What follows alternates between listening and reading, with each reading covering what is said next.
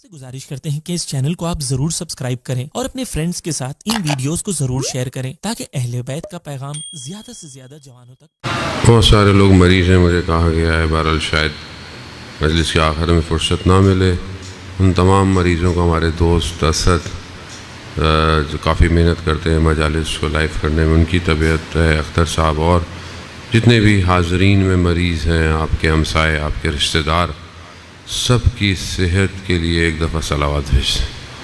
اللہم صلی علی محمد لا حول ولا قوة الا باللہ العلی العظیم. حسبنا اللہ ونعم الوکیل، نعم المولا ونعم النصیر. اعوذ باللہ من الشیطان الرجیم، بسم اللہ الرحمن الرحیم. الحمد للہ الذی یؤمن الخائفین ویرفع المستضعفین ویضع المستكبرین وَيُهْلَكُ مُلُوكًا وَيَسْتَخْلَفُ آخَرِينَ. والصلاة والسلام على رسول ثقلين محبوب رب المشرقين والمغربين جد الحسن والحسين نبينا سيدنا بالقاسم محمد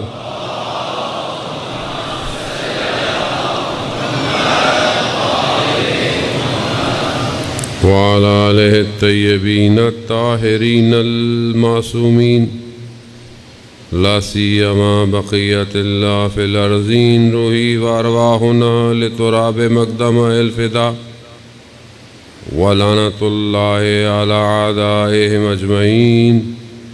بسم اللہ الرحمن الرحیم. رب اشرح لی صدری ویسر لی امری وحلل عقدۃ من لسانی یفقہوا قولی. اما بعد فقد قال اللہ تبارک و تعالی فی کتاب الحکیم والقرآن المجید وما خلقت الجن والانس الا لیعبدون. صلوات بھیج دے محمد والے.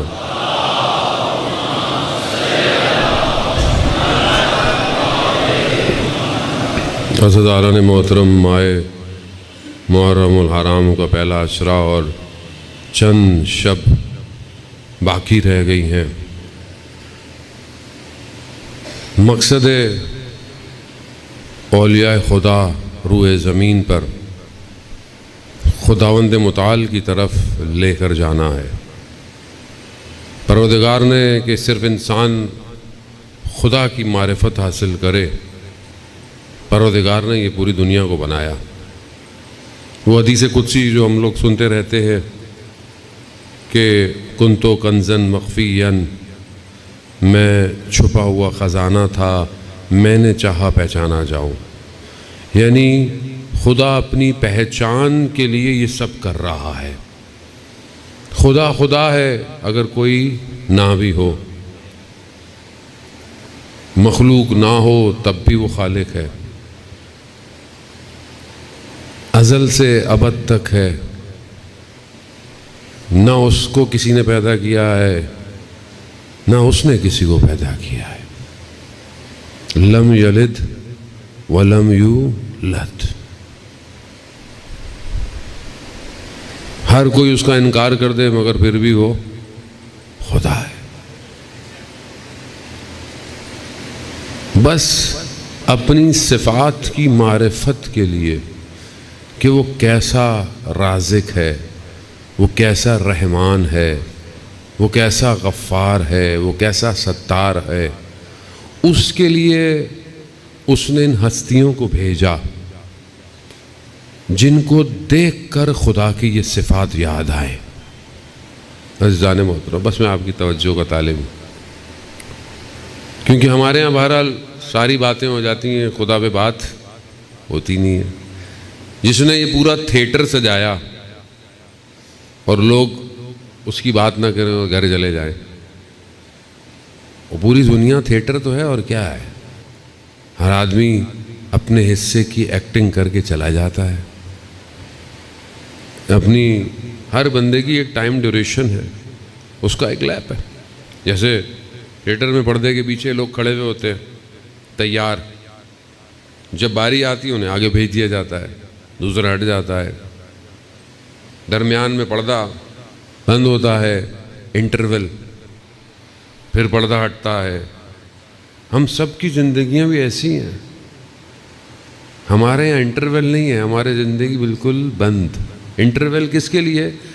جب پردہ دوبارہ ہٹے گا تو سب روز محشر میں کھڑے ہوئے ہوں گے، اور وہاں اصل کردار باہر آئے گا۔ یہاں تو ہم ایک دوسرے سے ایکٹنگ کر رہے ہیں، میں اچھا بنا ہوا ہوں، آپ بھی اچھے بنے ہوئے ہیں، ایسی ہے نا، یہ ایکٹنگ ہے ہماری۔ وہاں نہیں کر سکتے، وہاں جو ہے وہی ہوگا، اس کو چھپا کر کہاں چھپائیں گے؟ وہاں ہر چیز عیاں ہوگی۔ ہاتھ خود بولے گا اس نے یہ کروایا، آنکھ خود کہے گی اس نے مجھے حکم دیا یہاں دیکھو وہاں دیکھو۔ آپ بولیں گے میری آنکھ ہے، کہا نہیں، آج تم مالک نہیں ہو، تم وہاں بھی مالک نہیں تھے، تمہیں ملکیت تھوڑے دنوں کے لیے دی تھی اور تم یہ سمجھے تم اصل مالک ہو۔ اصل مالک وہ ہے، اصل خالق وہ ہے، سب اسی کا ہے۔ اس دن کوئی چیز چھپ نہیں پائے گی، سب۔ وہ کہتا ہے میں ذرہ برابر بھی تم نے کوئی نیکی کی ہوگی میں تمہیں دکھاؤں گا، چھپ نہیں پاؤ گے۔ اصل وہی ہے سب کچھ۔ یہاں ہم لوگ ایک دوسرے کو کچھ نہ کچھ چھپا دیتے ہیں، کور کر دیتے ہیں، سامنے بیٹھے ہوئے ہوتے ہیں، کہتے ہیں کیا سوچ رہے ہو؟ نہیں میں تو کچھ نہیں سوچ رہا تھا، ذہن پتہ نہیں کیا سوچ رہا ہوتا ہے۔ کوئی چیز گزرتی ہے، ذہن جوانوں کا بہت تیزی سے چلنا شروع ہو جاتا ہے، مین فریم کمپیوٹر کی سپیڈ سے چلتا ہے، کسی چیز کو دیکھتے ہیں تو دور تک چلے جاتے ہیں، مگر پتہ نہیں ہوتا کہ کیا دیکھ رہا ہے۔ خدا سورہ توبہ میں پروردگار آیت نمبر غالباً 105 اپنے حبیب سے یہ کہہ رہا ہے کہ ان سے کہہ دو یہ عمل کیے چلے جائیں، اللہ، رسول اور ایک جماعت دیکھ رہی ہے۔ ان کا دیکھنا ہمارے دیکھنے کی طرح نہیں ہے، یعنی آپ وہاں سے کوئی اٹھے گا تو میں شاید دیکھوں گا۔ یہاں آپ کے اندر نیت، ارادہ ہوا کچھ کرنے کا، وہ دیکھ رہے ہیں۔ کیسے آپ کہتے ہیں کہ پروردگار کہتا ہے کہ اگر کوئی گناہ کی فکر کرے اور گناہ نہ کرے تو میں اس کو سزا نہیں دوں گا۔ کیسے خدا کو کیسے پتہ چلا یہ گناہ کی فکر کر رہا ہے؟ اور اگر کوئی نیکی کی نیت کرے اور نیکی نہ کر پائے میں اسے نیکی کا ثواب دوں گا۔ اس کا مطلب ہے کہ اس کا کیمرہ اندر ہے، اندر جو لہریں اٹھ رہی ہیں ان کو وہ چیک کر رہا ہے، اس کی نیت کیا ہے۔ وہ اتنا انسان کے اوپر فوکس ہے، اور انسان اس کی بارگاہ میں کیسے ہے۔ آیت اللہ بہاؤالدین رضوان اللہ تعالیٰ علیہ بہت بڑے عارف، ان کا شاگرد کہتا ہے کہ میں گھر سے نکلا درس پہ جانے کے لیے، بارش جیسے پہلے یہاں پانی تھوڑا سا پانی پڑا ہوا تھا، سڑک بارش، ایک گاڑی گزری تیزی سے اور دھیان نہیں دیا، پانی کی چھینٹیں میرے لباس پہ آئے، چلا گیا وہ۔ میں نے اس کو تھوڑا بہت برا بھلا کہہ دیا، بہرحال ایک طالب علم کیا برا بھلا بولے گا، بہرحال اس نے گئے، لباس چینج کیا، آغا کی خدمت میں پہنچے، آغا سر جھکائے بیٹھے کتاب پہ کچھ لکھ رہے تھے، دیکھا نہیں، کہا کہ اگر اس ڈرائیور نے غلطی کی تھی تو آپ نے کیوں غلط الفاظ استعمال کیے؟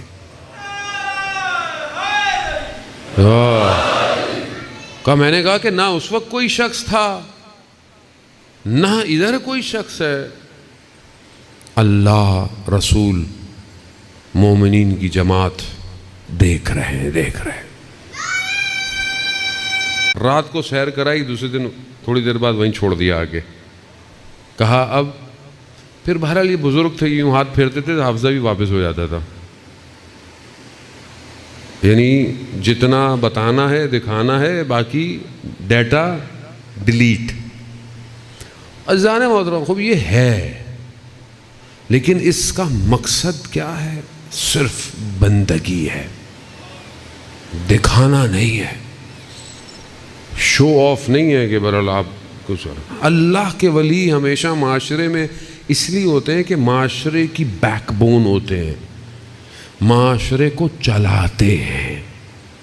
یہ تو نارمل ولی ہیں، جو خود ولی الزمان ہے، اس کے وجود کی وجہ سے یہ ساری چیزیں قائم ہیں۔ جیسے دنیا گریویٹی فورس کی وجہ سے ہم سب کو کھینچے ہوئے ہے، حجت خدا کائنات میں اس کا وجود ہر چیز کو قائم کرنے کے لیے رکھا ہوا ہے خدا نے۔ حدیث ہے کہ اگر حجت خدا ضروع زمین سے ہٹ جائے، پوری کائنات آپس میں ٹکرا جائے گی، یعنی قیامت آ جائے گی، ختم۔ حجت خدا ہر دور کے اندر، جب نبی تھے تو نبی ہیں، اوصیاء، اور پھر اس کے بعد یہ ائمہ علیہ السلام کا۔ اس امام کو سمجھنا اس لیے ضروری ہے، جب تک آپ کو امام کی یہ معرفت نہ ہو کہ یہ ہستی کیا ہے اور اس خدا نے کیوں رکھا ہوا ہے تب۔ لیکن کیونکہ خدا ہی سمجھ میں نہیں آیا آج تک، خدا کیا ہے، لا الہ الا اللہ زبان سے پڑھا اور گھر چلے گئے۔ خدا کہتا ہے کہ تم میرا ذکر کرو، میں تمہارا ذکر کروں گا۔ میرا ذکر تو کرو، میں تمہارا ذکر کروں گا۔ حضرت یوسف علیہ السلام جب زندان میں تھے اور دو لوگوں نے خواب دیکھا اور ان میں سے ان کی تعبیر بتائی، ایک کو کہا کہ تم دار پہ لٹکائے جاؤ گے، ایک کو کہا کہ تم جو ہے وہ جو زمانے میں تمہارا بادشاہ ہے تم اس کے قریب چلے جاؤ گے، اس کی خدمت کرو۔ وہ جو دوسرا جانے لگا تو قرآن میں آیات ہے، حضرت یوسف نے جو ہے وہ اسے کہا کہ جب تم اپنے بادشاہ رب کے بعد جاؤ تو ہمیں یاد کرنا۔ یعنی کیا؟ یعنی ان سے آگے کہنا کہ بھائی ایک شخص ایسا اندر ہے۔ روایات کہتی ہیں کہ اللہ سبحانہ و تعالیٰ کی ذات کو یہ بات پسند نہیں آئی۔ بہرحال وہ نبی ہیں، معصوم ہیں، اور ان کا درجہ بہرحال وہ خدا جانے، اور ان کے آپس کے معاملات ظاہر ہم اس کو بیان نہیں کر سکتے۔ لیکن کہتے ہیں کہ خدا کو یہ اچھا نہیں لگا کہ مطلب یوسف۔ پھر کہتے ہیں کہ انہیں دکھایا سمندر کے تہے میں پتھر کے اندر ایک کیڑا ہے۔ خدا نے دکھایا کہ دیکھو اس کو غذا کون دے رہا ہے؟ ہم دے رہے ہیں۔ تو آپ کیوں پریشان ہو رہے ہیں؟ ہم نے آپ کو آپ کے بھائیوں سے بچایا، مصر کی عورتوں سے بچایا، ہمیں پتہ ہے آپ کا۔ کہتے ہیں 7 سال زندان ایکسٹینڈ ہو گیا، 7 سال پہلے تھے، 7 سال کہا کہ اور رہی ہے۔ بہرحال وہ ہم ان باتوں کو شاید الفاظ اور درک نہیں کر سکتے۔ زندان جو جس حضرت یوسف کے لیے تھا وہ زندان پاکیزگی اور عصمت کا زندان تھا کہ جس میں حضرت یوسف کو رکھا گیا۔ ایک شخص کتاب میں بتاتے ہیں کہ وہ بہرحال بہت خوبصورت تھا، جوان تھا اور مزدور ٹائپ کا تھا، لیکن بہرحال وہاں پہ اس قبیلے کی جو بھی سردار تھا، اس کی خاتون تھی، اس کا دل جو ہے وہ اس پر آیا، تو کسی طریقے سے گھیر کر اس کو اس خیمے میں بلایا۔ جیسی وہ اندر گئیں تو اس نے کہا کہ خدا کے لیے اس جہنم کی آتش سے دور رکھو اپنے آپ کو، اور وہاں سے بھاگا، یعنی بھاگتے بھاگتے بھاگتے اتنا بھاگا کہ کوئی پیچھا نہ کر پائے، اور آخر کار صبح شام بھاگتا رہا، اور پھر جا کر ایک درخت سے اس نے ٹیک لگا کر بیٹھا تو اچانک سے دیکھا کہ ایک ہریالی سی آ گئی ہے، ایک سب سا نور آیا ہے، اور کچھ لوگ آئے ہیں اس کو لے کر جا رہے ہیں. دیکھا ایک خوبصورت سا جوان ایک تخت پہ بیٹھا ہے اور اس نے والے کون ہے یہ؟ کہا یہ حضرت یوسف ہے. کہا انہوں نے تمہیں بلایا ہے کہ جس طرح حضرت یوسف نے اپنے آپ کو پاک دامن رکھا تم نے بھی اپنے آپ کو پاک دامن رکھا ہے. آج کا جوان جان تو کیونکہ قرآن احسن القصص بیان کر رہا ہے. اگر آج آپ کی ایک نگاہ، ایک قدم، ایک عمل اللہ کی خاطر، اگر آج جوان اپنی ایک نگاہ کو بچاتا ہے، خدا کیا کہہ رہا ہے؟ میرا ذکر ہے یہ، تم کرو ایک قدم میں تمہارا ذکر کروں گا، میں تمہیں بچاؤں گا. حضرت یوسف علیہ السلام اور پھر اس کے بعد یہ سلسلہ اس طرح چلتا رہا کہ جس نے اپنے آپ کو خدا کے لیے بچایا پھر خدا نے ان کے ذکر کو کتنا عام کر دیا. لیکن کیونکہ خدا ہمیں سمجھ میں آئے، ہمیں لگتا ہے کہ اسلام کے جو اصول ہیں وہ زندان ہے. وہ زندان نہیں ہے، وہ قید نہیں ہے، وہ آزادی ہے. مجھے کسی بچی نے لٹریچر سے بھیجا، پورا نہیں پڑھ پایا میں، کہ مولانا صاحب آپ آزادی کی باتیں کرتے ہیں، آزادی ایسے ہی مفہوم ہے، حقیقت نہیں ہے. کہا کہ کیسی آزادی؟ کہا میں اپنے بدن میں قید ہوں، اگر فزیکل جو لاز ہیں، میڈیکل لاز ہیں، میں ان کو فالو نہیں کروں تو میں مریض ہو جاؤں گی. ہوا کہاں آزاد ہے؟ بہرحال وہ بچی ظاہر ہے آج کل کے معاشرے کے اندر بچے جو پڑھ رہے ہیں ان کے وہ بہت اچھی بات ہے، بچے اگر اچھا سوال کریں اور یہ وہ. اصل آزادی اس بدن کی نہیں ہے جان محترم. بدن ہو سکتا ہے 7 سال 14 سال قید ہو، نفس آزاد ہونا چاہیے، نفس آزاد ہو. کوئی آپ کے بدن کو قید کر لے، کوئی آپ کے چیزوں کو پکڑ لے، مگر کربلا کے واقعے کے بعد جن کو اسیر بنایا گیا وہ اسیر تھے. دشمن سمجھا کہ میں ان کو زندان میں لے کے جا رہا ہوں، میں ان کو، مگر وہ قید تھے. انہوں نے تو پوری دنیا کو آزاد کروایا ہے. قیامت تک کی جزیدیت کے نظام سے انہوں نے آزاد کرایا. وہ آزادی اسے کہتے ہیں. ہمارے پاس آزادی کی ڈیفینیشن نہیں ہے. ہم سمجھتے ہیں کہ آزادی کیا ہے کہ کوئی قید نہ ہو، خاتون جو دل چاہے کرے، آج کی بچی جو دل چاہے کرے، جوان جو چاہے کرے.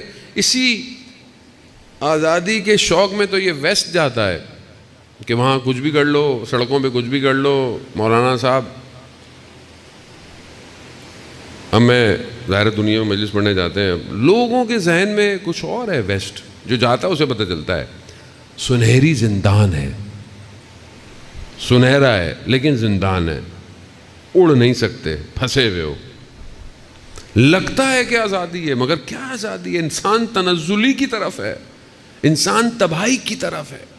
غیرت نہیں ہے معاشرے میں، حریت نہیں ہے معاشرے میں، عزت نہیں ہے معاشرے میں، کچھ بھی تو نہیں ہے معاشرے کے اندر.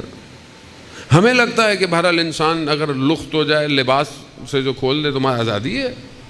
تو پھر تو جانور سب سے زیادہ قرآن میں کہتا ہے کہ آج تک کر ہی نہیں پائے، بلکہ الٹا تعلقات اچھے کرنے کے چکر میں لگے ہوئے ہیں.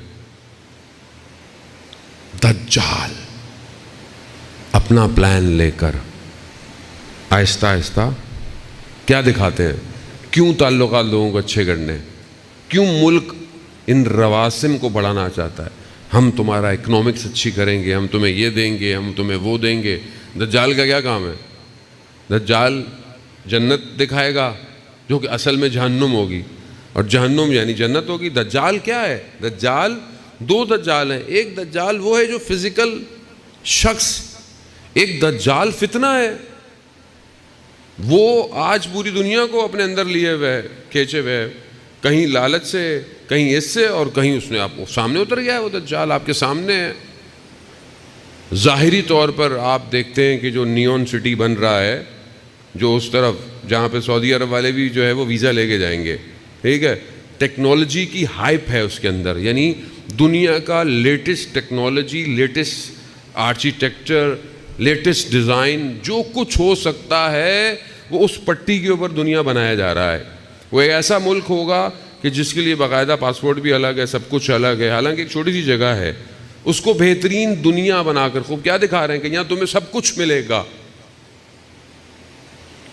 170 کلومیٹر پر صرف ایک لائن ہے جس کی وڈتھ اتنی ہے, اس پر پوری بلڈنگیں ہیں, اس کے اوپر آپ دیکھیں, اگر آپ اس کو دیکھیں یوٹیوب پہ جا کر, وہ کیا ہے, وہ کس جگہ بنایا جا رہا ہے, سامنے کیا ہے, کس کے انتظار میں بنایا جا رہا ہے؟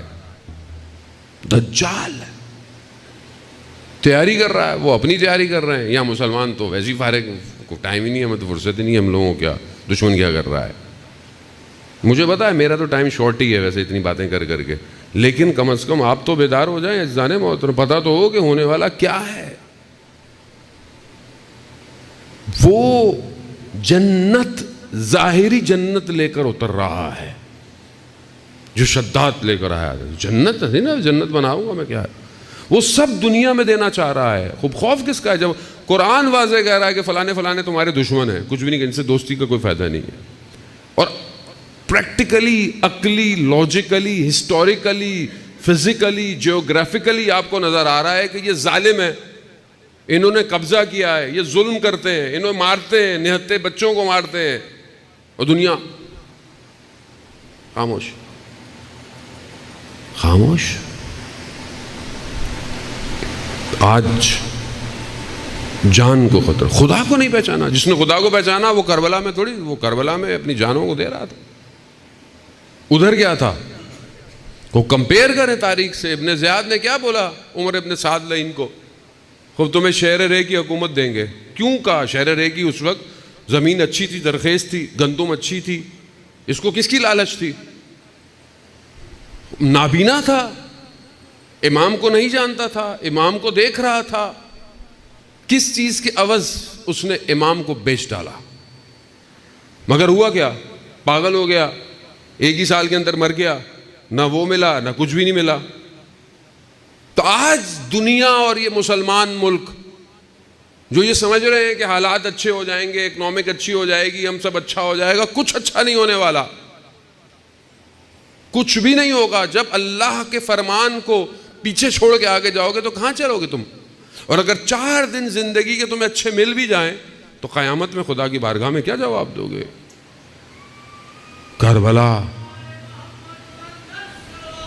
اللہم صلی علی.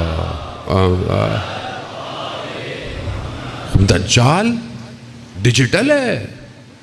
آج کا دجال ڈیجیٹل ہے. آج کا دجال ایسا نہیں ہے کہ مطلب یوں آئے گا, بہرحال وہ خچر پہ آئے اور وہ ساری چیزیں جو روایات اپنی کہتی ہیں, بہرحال تمثیلات, لیکن ابھی سب ڈیجیٹل ہے, سب ڈیجیٹائز ہو گیا ہے.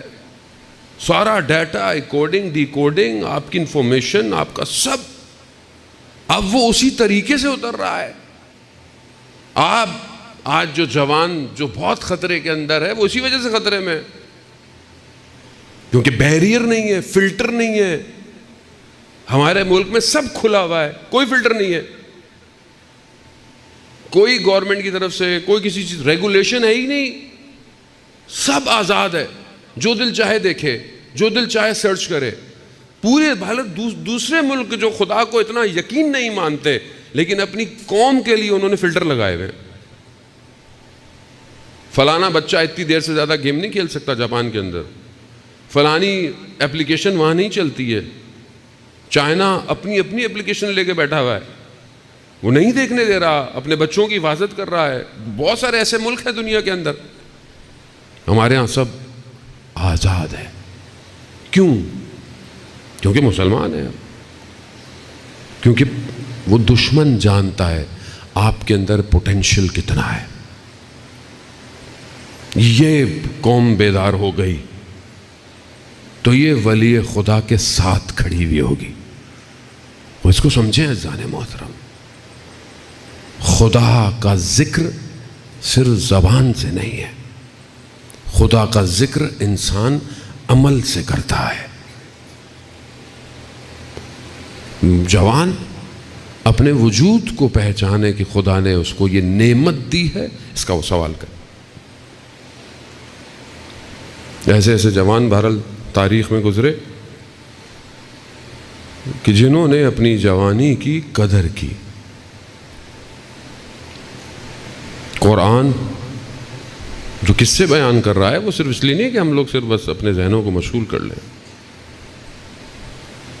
وہ جوان کہیں اپنی نماز کی حفاظت کے لیے، کہیں اپنی ایک آنکھ کی حفاظت کے لیے رجب علی خیاط کہ جو اتنے مشہور ہیں اور جو بھی ان کے پاس آتا تھا اور وہ ان سے پوچھتا تھا اور ساری چیزیں بتا دیتے تھے کہ یہ اس کا مسئلہ، یہ اس کی وجہ سے، یہ لوگ کہتے تھے کہ بیمار ہیں دعا کیجئے، کہا دوا سے نہیں ہوگا، یہ کوئی اور وجہ ہے. خوب ایک لمحے میں کیسے اس مقام پہ پہنچ گئے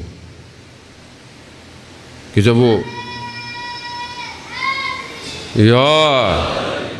اصفہان میں خیاط تھے، ٹیلر تھے، گھر میں کوئی نہیں تھا، خاتون انہوں نے کہا کہ کوئی بھی نہیں ہے. ان کا اچھا ٹھیک ہے میں دروازہ بند کر کے آتا ہوں. دروازہ بند کرنے کا کہا پروردگار میں تجھ سے معاملہ کر رہا ہوں، گناہ کوئی دیکھ نہیں رہا، لیکن میں دروازہ بند کر کے نہیں کھول کے باہر جا رہا ہوں، تو میرے لیے کیا کھولے گا؟ دروازہ کھولا، خدا نے عالم ملکوت کو کھول دیا، سب نظر آتا تھا. خوب یہی اسی کو بہت پیچھے تھوڑی ہے، کچھ سالوں پرانی بات ہے. اگر جوان سمجھ لے کہ اللہ نے اسے کتنا خزانہ دیا ہے تو وہ کبھی بھی اپنے وقت کو، اپنے نفس کو نہیں بیچے گا. عزیزان محترم، کیوں ولی الزمان اپنے زمانے میں اکیلے رہ گئے؟ کیونکہ امت نہ پہچانی امام کو. 14 سال ایک امام زندان میں، ایک امام زندان میں. کہاں ہے شیعہ؟ شیعوں ہی کی وجہ سے امام نے اپنے آپ کو زندان میں، شیعہ بچ جائیں. کوئی سامرا میں گھر میں قید ہے، کوئی کہاں ہے، کیوں نہیں پہچانے؟ اب وہ ٹائم آ گیا ہے کہ ہم اپنے امام کو پہچانیں، اور جب تک نہیں پہچانیں گے یہ ظلم ستم ہوتا رہے گا. یہ آپ خاموشی سے دیکھتے رہیں، کیا خبر سنی کان سے نکل گئی، کیا ہوا؟ اتنے شہید ہو گئے، اتنوں کو مار دیا، اتنوں کو فلسطین میں مار دیا، اتنے 100 بچے یمن میں مر گئے، اتنے. خوب آپ سنتے رہیں، آپ کو کیا ہے؟ آپ کے بچوں کو تھوڑی کچھ ہو رہا ہے. بیدار اپنے وجود سے. کربلا یہی ہے، کربلا آپ کو یہی تو سکھاتی ہے کہ اپنے زمانے کے ظالموں کو پہچانو. کربلا صرف اس لیے نہیں کہ آپ آئیں گریہ کر کے گھر چلے جائیں، نہیں. کتنے لوگ تھے جو واقعہ کربلا کے بعد جب اسیران کربلا کو کوفہ لے کے گئے تو باہر رو رہے تھے، گریہ کر رہے تھے. بی بی زینب سلام اللہ علیہ نے فرمایا کہ تمہارے رونا اب تمہیں کچھ دینے والا نہیں ہے، تمہیں آنا چاہیے تھا کربلا، تم بیٹھے ہوئے رو رہے ہو. توابین جنہوں نے بعد میں قیام کیا اور سب، اگر کربلا آتے تو کس مقام پہ ہوتے؟ عزیزان محترم، اپنی زندگی میں دیکھیں خدا کتنا ہے. یہ جو رابطہ ہے ہمارا، یہ خدا نے دیے ہیں سارے رابطے، لیکن ہم ان رابطوں میں کھو گئے ہیں. یہ جو کنیکشن ہے، یہ جو کمیونیکیشن ہے، یہ جو رشتے ہیں، بعض اوقات ہم ان رشتوں کی خاطر خدا کے حدود کو توڑ دیتے ہیں. انسان اولاد کی خاطر حرام کماتا ہے، یہی کرتا ہے. انسان اپنے نام کو بچانے کے لیے لوگوں کا حق کھا جاتا ہے. انسان اپنے عزت اور اپنی ذاتی اور ظاہری نفس کی خاطر لوگوں کا جو ہے وہ دبا دیتا ہے، لوگوں کو کچل دیتا ہے. یہ سب ظاہر ہے. قرآن جہاں اولاد کو زینت کہہ رہا ہے، وہیں قرآن اولاد کو فتنہ بھی کہہ رہا ہے. اگر یہ خدا کی طرف لے کے جائے تو زینت ہے، مال، اولاد، لیکن اگر یہ خدا سے دور کر دے فتنہ ہے. یہ رابطے، بعض اوقات ہم ان رابطوں کے لیے خدا کو کھو دیتے ہیں. مثال کے طور پر آپ کسی سے لڑائی ہو گئی، کسی سے نفرت ہو گئی، کسی نے آپ کے ساتھ کچھ کہہ دیا، آپ دشمن ہو جاتے ہیں، جبکہ آپ جانتے ہیں کہ دنیا تھوڑی دیر کی ہے، یہ رابطہ بھی تھوڑی دیر کا ہے. چاہے آپ کا سگا بھائی ہو، سگی بہن ہو، لوگ دشمن ہو جاتے ہیں. لیکن آپ یہ نہیں سوچ رہے کہ خدا ان رابطوں کے ذریعے سے میرا امتحان لے رہا ہے، خدا مجھے دیکھ رہا ہے. یہ رابطے تھوڑی دیر ہیں. جہاں آپ مر گئے وہاں آپ کا نام ختم ہو گیا. لوگ یہ نہیں بولیں گے کہ صدر تھا، پریزیڈنٹ تھا، سی او تھا. لوگ کہیں گے مردہ پڑا ہے، مردہ ہے.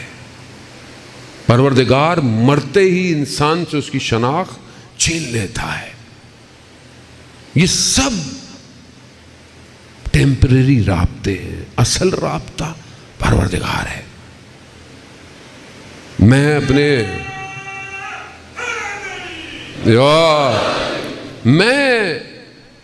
اگر کسی سے اچھا کروں خدا کے لیے.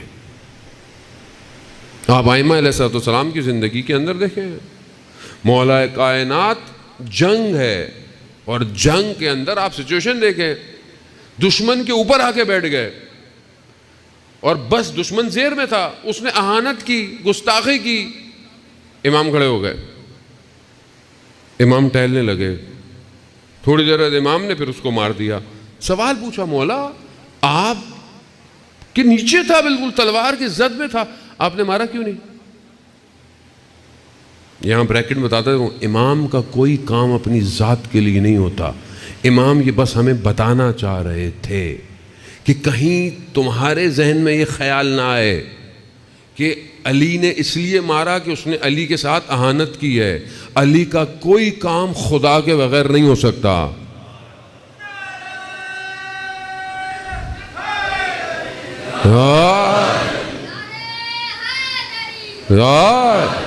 تاکہ کہیں یہ خیال نہ آئے کہ یہ کہاں ہو سکتا تھا کہ حضرت علی بولتے کہ نہیں میں نے اپنے، ہاں یہ تو ہمیں بتانے کے لیے انہوں نے کہا. جس نے شب ہجرت اپنی مرضیوں کو بیچ دیا اس کی اپنی کوئی مرضی نہیں ہوتی.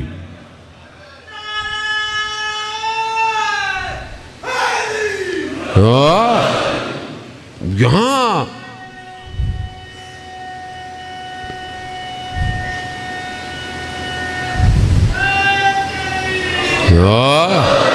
جانتا ہوں خدا مولا کی زندگی میں کیا آپ کو نظر آتا ہے؟ کون سا رنگ نظر آتا ہے؟ الہی رنگ ہے، الہی. دعائے کمیل ہے تو امام تڑپ رہے، سجدے میں تڑپ رہے، عبادت میں تڑپ رہے. نوف بخاری کہتا ہے کہ رات امام کے ساتھ گزاری، صبح ہوئی ہم نے دیکھا امام ہمیں ٹھوکر مار کے اٹھا رہے ہیں. کہا یہ سونے کا وقت ہے، سحر کا وقت. اور ہم نے دیکھا امام دیواروں کے سہارے سے خدا کی بارگاہ میں ایسے جا رہے ہیں جیسے کوئی عاشق اپنے معشوق کے پاس جا رہا ہے. علی سے بڑھ کر کسی نے عبادت کی؟ عزیزان محترم، خوب عبادت. آپ دعائیں اٹھائیں، آپ مناجات اٹھائیں.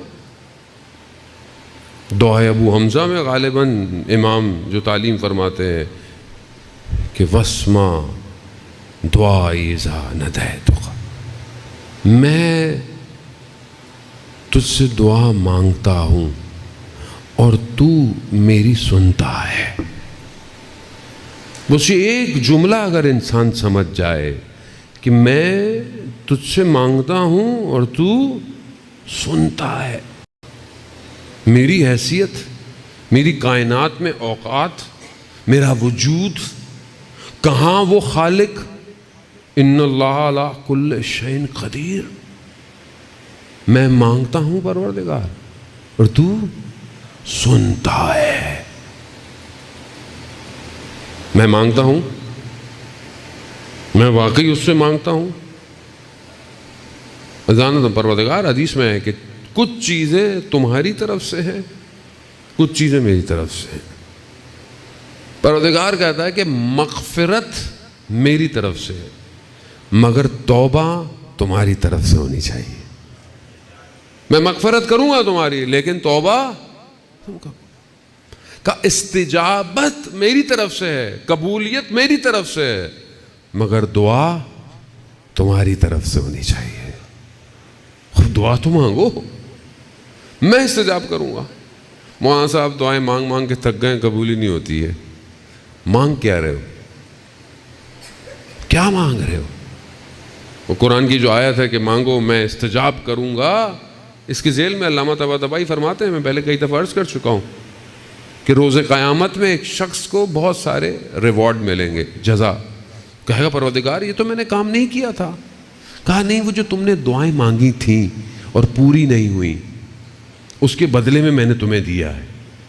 تو وہ کہے گا کاش خدا میری دنیا میں کوئی بھی دعا قبول. مگر ہمارے پاس دعا مانگنے کا ٹائم.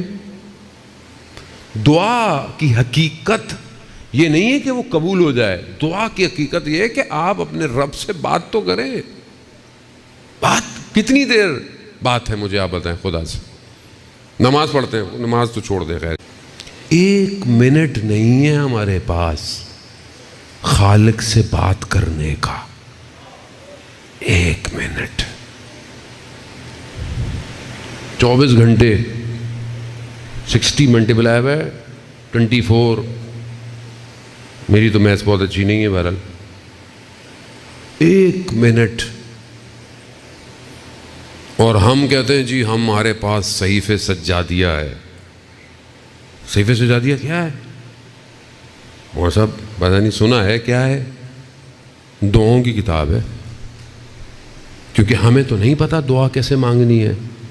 وہی بتائیں گی جو خدا کو جانتے ہیں. انہوں نے کہا ہے کہ ایسے مانگو. اٹھائیں کھولیں. چوتھے امام پر ہم گریا کرتے ہیں، امام ایسے تھے، امام کے ساتھ یہ ہوا. جو امام نے خود دیا،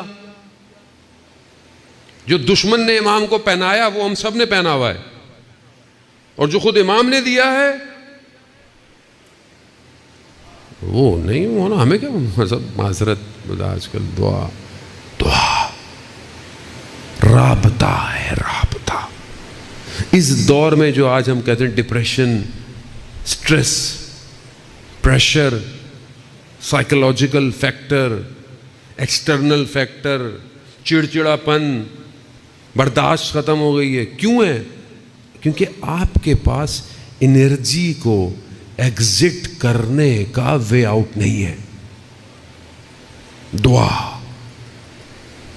دعا پورے وجود کو اس کی بارگاہ میں جھکاتی ہے. چوتھے امام صحیفہ سجادیہ کی دعا کہ یا غنی الاغنیاء، اے بے نیازوں میں سب سے بڑے بے نیاز، انا افقر الفقراء، میں محتاجوں میں سب سے بڑا محتاج ہوں. دعا ہے، دعا. عزیزان محترم، رابطہ نہیں ہے. 1,24,000 پیمبر کیوں آئے تھے؟ یہ رابطہ ہو. کیونکہ ایک آدمی ہوتا ہے نا، دنیا کا رواج ہے بھائی میں آپ کو نہیں سکھا رہا، میں آپ کو نہیں سکھا رہا. کیوں نہیں سکھا رہا؟ یہ سیکھ جائے گا میری کرسی پہ آ جائے گا. دنیا میں ایسے ہی ہوتا ہے نا. آفس میں جائیں پالیٹکس، اسکول میں جائیں پالیٹکس، ڈپارٹمنٹ جائیں پالیٹکس. کچھ نہیں سکھا رہا. کیوں بھائی؟ یہ تو آگے آ جائے گا، اس کو میرے تعلقات پتہ لگے تو مجھے کاٹ دے گا. دنیا ایسی ہے. دین میں بھی ہم ایسے ہو گئے. عوام کو زیادہ پڑھا دیا تو کل کو یہ بولے گی مولانا اب کچھ اور بتاؤ، آگے بتاؤ، اس سے بھی آگے بتاؤ. ہم کہتے ہیں ان کو بتاؤ ہی نہیں، یہ ایسی رہے. اسی چکر میں اوریجنل ٹیکسٹ دین کا وہیں پڑا ہوا ہے لائبریریوں میں، اور عوام واہ واہ واہ واہ واہ واہ بس واہ کا پیکج لے کے گھر چلی جاتی ہے.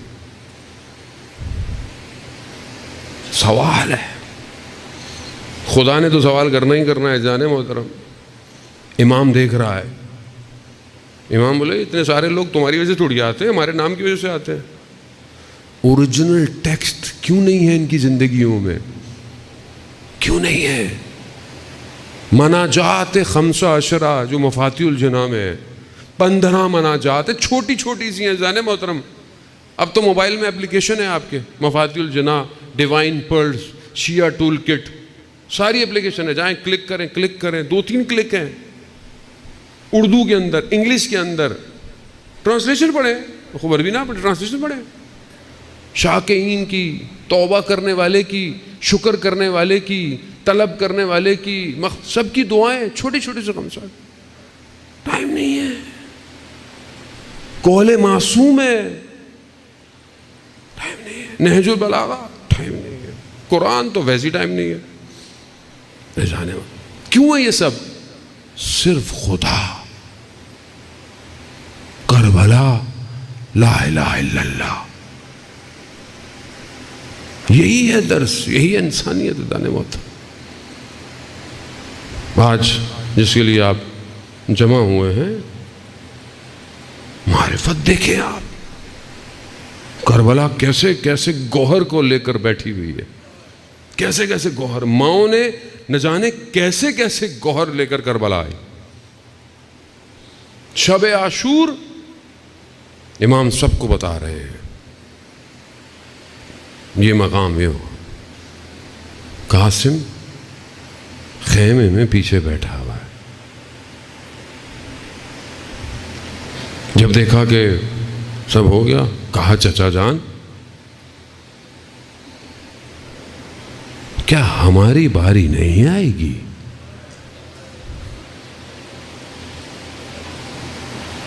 مقاتل کہتے ہیں امام قاسم کے پاس گئے،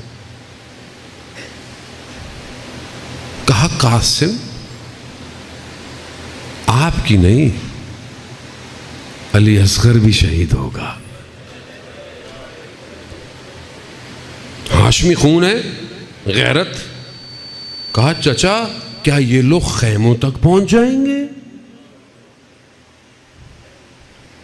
ہاں نہیں، اصغر خود آئے گا. وہاں امام نے قاسم سے سوال کیا، آپ 13 سال رول ماڈل ہونا چاہیے یہ 13 سال کے بچوں کا. قاسم کیا کہا؟ قاسم کہا، پوچھا قاسم آپ کے لیے موت کیسی ہے؟ موت کیا ہے آپ کے لیے؟ کہا چچا جان موت میرے لیے شہد سے بھی زیادہ میٹھی ہے. یہ معرفت، یہ کربلا، یہ کیسے رابطہ ہو گیا؟ خدا کو پہچان رہے ہیں تو ابھی تو موت کو ایسے کہہ رہا ہے قاسم. ہمارا بچہ ہے ایسا کہے. ہم اپنے بچوں کو تیار کر رہے ہیں اس نسل کو کہ اس کے لیے موت کی تو بات گھر میں کرو بڑے بڑے گھبرا جاتے ہیں. کیسی باتیں کر رہے ہیں؟ مرنے کی باتیں کر رہے ہیں. وہ مرنا سب نے. مومن وہ جو دن میں 25 دفعہ موت کو یاد کرے. موت قاسم رول ماڈل ہے. جانے محترم 8 سال کی عراق ایران کی جنگ تھی. خرم شہر اسٹریٹجیکلی بہت امپورٹنٹ تھا. پوری فوج لگی ہوئی تھی کہ خرم شہر بچ جائے. لوگ نہیں تھے. یہ بچہ تہران میں رہتا تھا. اس نے کئی دفعہ بولا کہ میں جاؤں گا، جنگ میں جاؤں، جنگ میں جاؤں، جنگ میں. اس کی ایج ہی نہیں تھی، 13-14 سال کا تھا. اس کو کہہ رہا چھوٹو بھائی بھاگو یہاں سے. کدھر جا رہا ہو؟ اس نے کیا کہ اپنا ID کارڈ کر کے نا جعلی بنا کے اپنی ایج بڑھا کے کبھی اوپر چڑھ، کبھی کیا کر کے نا کسی نہ کسی طریقے سے کہ میں جاؤں گا. کبھی یوں کرتے تھے، کبھی پھر واپس بھیج دیتے تھے. نہیں ہے تم نے. بہرحال کچھ نہ کچھ کرا کے یہ خرم شہر پہنچ گیا. اب اس کو شوق تھا کہ بھائی پتہ نہیں یہاں لڑنے آیا ہوں، کیا کروں گا، اسلحہ ملے گا. انہوں نے کہا اسلحہ کہاں سے ہوگا؟ پہلے یہاں پہ شارٹیج ہے ہر چیز کی، کچھ بھی نہیں ہے ہمارے پاس. دوسرے دن صبح دیکھا مشہور مسجد ہے خرم شہر کی جو اکثر تصویروں میں ہوتی ہے. دیکھا اس نے مسجد کے دروازے کے باہر گرا پڑا ہے اور ہاتھ میں بہت ساری گنیں لے کر. جب سے اٹھائے کہاں سے آئے؟ کہتا رات کو میں دشمنوں میں گھس گیا تھا اور وہاں سے یہ اسلحہ اٹھا کے لایا ہوں. یہ جذبہ. خرم شہر بالکل گر رہا تھا. پیچھے سے نہ فوج نہ کچھ. آنے میں ٹائم ایک برج تھا جہاں سے دشمن کے ٹینکر آنا شروع ہو گئے. اس جوان نے تھوڑے سے رہ گئے. ان کو کہا کہ آپ لوگ جاؤ. کہا کیوں؟ کہا آپ لوگ جاؤ. اس نے گرنیڈ باندھے اور ٹینک کے نیچے جا کے پھٹ گیا. ایسا پھٹا کہ رستہ بند ہوا. دشمن سمجھے کہ فوج آ گئی. خرم شہر آزاد ہو گیا. آج بھی اس کی قبر کے اوپر ٹینک بنا ہوا ہے. امام خمینی نے اس 14 سال کے بچے کو کیا بولا؟ اس کا نام تھا حسین فہمیدے. یعنی فہمیدے کے معنی جو پہچان گیا، حسین کو پہچاننے والا، حسین فہمیدے۔ امام خمینی نے کہا کہ یہ میرا رہبر ہے۔ اب یہ 14 سال کا بچہ جب اپنے آپ کو پھاڑ رہا تھا تو اس کے ذہن میں کربلا میں کون تھا جس کے لیے موت شہد سے بھی زیادہ؟ کربلا۔ یہ قوم تبھی تو کھڑی ہوتی ہیں جو یا زداری سے یہ چیزیں لیتی ہیں۔ ہم پتہ نہیں کس طرف جا رہے ہیں۔ عزیزان محترم، چچا موت شہد سے بھی زیادہ؟ رات گزری، ماں نے کہا قاسم صبح دیر نہیں کرنا۔ صبح ہوئی، دیکھا قاسم کئی دفعہ جاتا ہے واپس آ جاتا ہے۔ چچا بھی یہی کہتا ہے تم نہیں۔ حضرت علی اکبر نے جب اجازت مانگی نا امام حسین سے تو امام حسین نے پہلی دفعہ میں ہی کہا جاؤ علی اکبر، لیکن قاسم بھائی کی نشانی ہے، نہیں جانے دے رہے۔ خیمے میں ماں نے دیکھا قاسم کیوں بیٹھے ہوئے ہو؟ کہا چچا اجازت نہیں دے رہے۔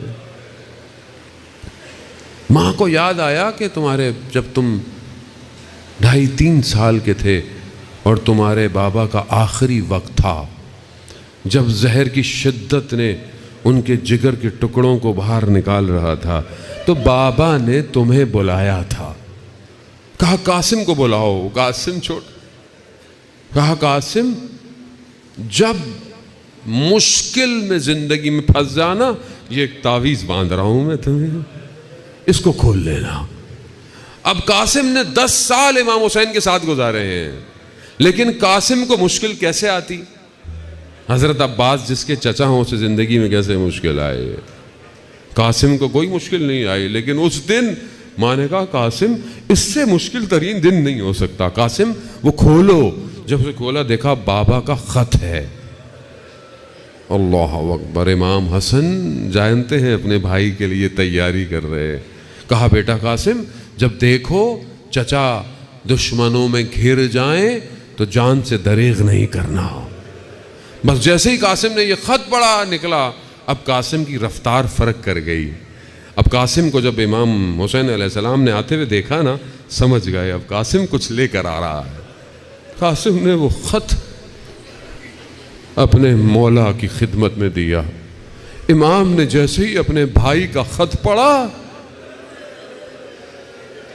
زبان حال ہے امام کو بچپن یاد آ گیا ہوگا۔ امام حسن کے ساتھ وقت گزارا ہے نا، بھائی ہے، یاد آیا ہوگا جلتا ہوا دروازہ، ایک لمحے میں یاد آیا ہوگا بابا کے گلے میں رسیاں کیسے ڈالی، یاد آیا ہوگا کیسے ہماری والدہ دیوار کے سہارے سے چلتی ہے، یاد آیا ہوگا کہ بابا کا کوفہ میں جنازہ کیسے نکلا۔ اللہ اکبر۔ کہتے ہیں امام حسین نے، مقاتل کہتے ہیں کہ حضرت قاسم کو اپنے سینے سے لگایا اور دونوں نے اتنا گریہ کیا دونوں بے ہوش ہو گئے۔ کیسے جانے دے لخت جگر ہے میرے بھائی کا، جگر بے ہوش ہو گئے۔ مقاتل کہتے ہیں حضرت قاسم اپنے مولا کے پاؤں چوم رہے، چچا جانے دیں آپ کو آپ کی ماں کا واسطہ۔ عزاداروں میں اجازت ملی۔ قاسم ایک نازک سا نور کی طرح چمکتا روشن بدن، ایسا ہے کہ ذرا بھی آ نہیں سکتی۔ قاسم کو بٹھایا، پاؤں جو ہیں وہ زین تک نہیں لگتے، ان کو باقاعدہ تسموں کے ساتھ باندھا، مگر کیونکہ علی کا پوتا ہے۔ جب ادھر گیا تو دشمن نے دیکھا جو 400 لوگوں پہ بھاری تھا، اسے کہا جاؤ۔ قاسم کہا بچے سے مقابلہ کروں؟ کہا یہ بچے اہل بیت کے بچے ہیں، چھوٹے نہیں ہیں۔ کہا میں نہیں جا رہا، میں اپنے بیٹے کو بھیج رہا ہوں۔ ایک کو بھیجا، حضرت قاسم نے اسے جہنم واصل کیا۔ دوسرے کو بھیجا، اسے بھی مارا۔ تیسرے کو بھیجا، 4 بچوں کو حضرت قاسم نے مار دیا۔ اس کا خون کھولنے لگا۔ اس نے بولا کہ اب میں جا رہا ہوں، اب میں مارے بغیر اس جوان کو واپس نہیں آؤں گا. مگر اس نے بھی دھوکے سے حضرت قاسم پہ وار کیا. کہا کہ آپ کیسے جنگجو ہیں، آپ کے پاؤں کے تسمے کھلے ہوئے ہیں. حضرت قاسم جیسے ہی نیچے ہوئے اس نے وار کیا. عزاداران محترم، اس کا وار کرنا تھا. حضرت قاسم سواری سے کہتے ہیں نیچے گرے. یہ لعین ابھی آ کر بیٹھا، یہ گردن کاٹنا چاہتا تھا. حضرت قاسم نے اپنے چچا کو پھکارا. امام حسین اتنی تیزی سے آئے، اس شخص کے ہاتھ کو قلم کیا، اسے دوڑایا. اسی بھاگ دوڑ میں دشمن کے گھوڑے ادھر، دشمن کے گھوڑے ادھر ہوئے. عزاداران محترم، قاسم کی دائیں پسلیاں بائیں طرف، بائیں پسلیاں دائیں طرف. نہ جانے کس طرح امام حسین پہنچے ہیں. امام حسین کہتے ہیں ارے بھتیجے میرے کتنا سخت ہے کہ تم اپنے چچا کو پھکارو اور چچا تم تک نہ پہنچ سکے. ہاں مقاتل کہتے ہیں ارے اس طرح حضرت قاسم کو سینے سے لگایا کہ پاؤں زخمی چھلتے جا رہے ہیں. عزاداران محترم، نہ جانے کس طرح یہ بدن خیموں تک پہنچا ہے. ارے قاسم کی ماں، ارے حضرت زینب قاسم کے بدن پر